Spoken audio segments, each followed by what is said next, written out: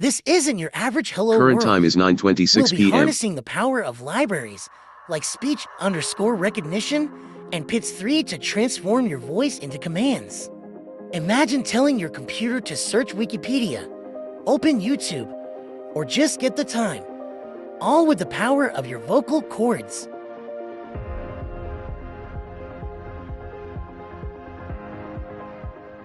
Speech_recognition. Enable speech-to-text conversion for user commands. pits3 provides text-to-speech functionality for the assistant's responses. Streamlit creates a user interface for interacting with the assistant. Wikipedia allows searching and summarizing information from Wikipedia. Datetime, used for retrieving the current time. Web browser opens web pages based on user commands, YouTube, ChatGPT. The main function serves as the entry point for the application.